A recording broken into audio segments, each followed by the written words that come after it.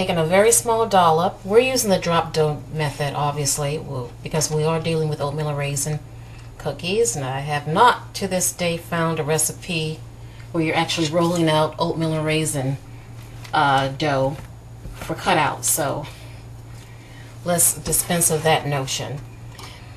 Okay, my dollops are medium size. They're not too small. They're not too big. I can get, if I wanted to, depending on the size of my dollop, I can get 24 cookies on this sheet. But I'm going to do 12. Okay, now the recipe and the size of the recipe that we're doing should give you probably about 3 dozen cookies. Now there's a number of ways you can do this. You can you can lay out your dollops with a mini ice cream scoop, or just a simple, see what I'm doing? I've got 2 spoons here. This is my personal preference. I mean, you can go out and buy all the fancy tools and all of that, but there's no need for pretense here. Okay. Just take your time, 1 dollop at a time. I'm using just a simple spoon.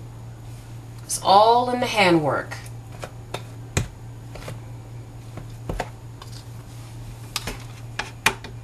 Okay, actually we can spread those out a little bit more since we're only doing a dozen here.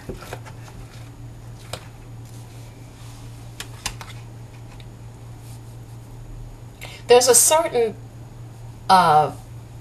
look and texture that I like to see in my cookie.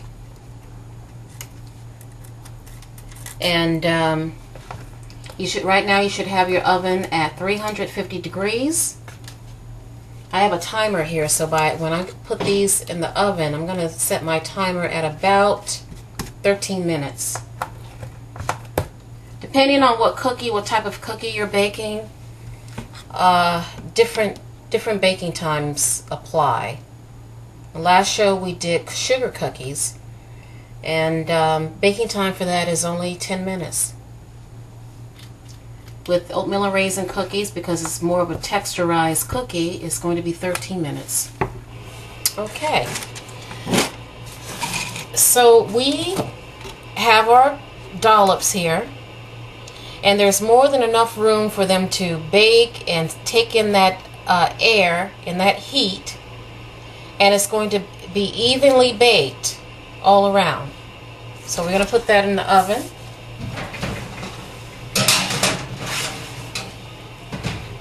And set our timer to 13 minutes.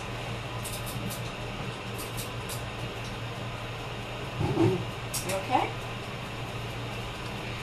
And so when we come back, I'm going to show you the result of a beautiful oatmeal and raisin cookie. And we're going to have a cup of tea. We'll be right back.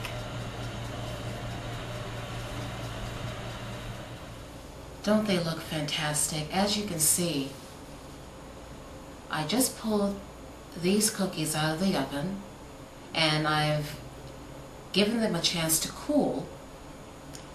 And what I love to do when I'm enjoying a quiet moment like this, I like to enjoy a delicious cookie with a cup of tea.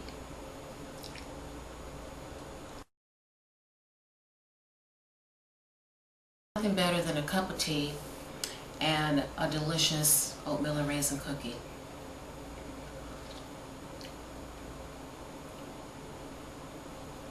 It doesn't have to be tea. It could be with a glass of milk or a cup of coffee, but they make a wonderful dessert. Oatmeal and raisin cookies are very high in fiber. They're very healthy because it really doesn't require a lot of sugar.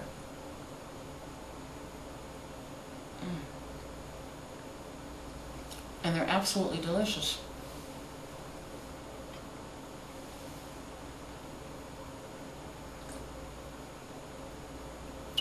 I really shouldn't talk while I'm eating, but I can't help myself.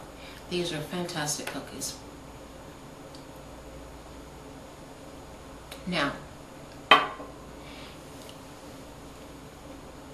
if you like this recipe, all you have to do is go, or if you'd rather not bake the cookies and you want me to do the baking for you, you can go to my website, www.cookiegoddessboutique.com, and I'll have the oatmeal and raisin recipe posted for you. Or you can order the cookies as well. Now, I know you're watching this show from my YouTube channel, so I hope you will subscribe and tell your friends and relatives about my show. And I'd like to thank you for joining me today. I'm Teri Wilson. This is the Cookie Goddess Show, and I'll see you next time. Good night.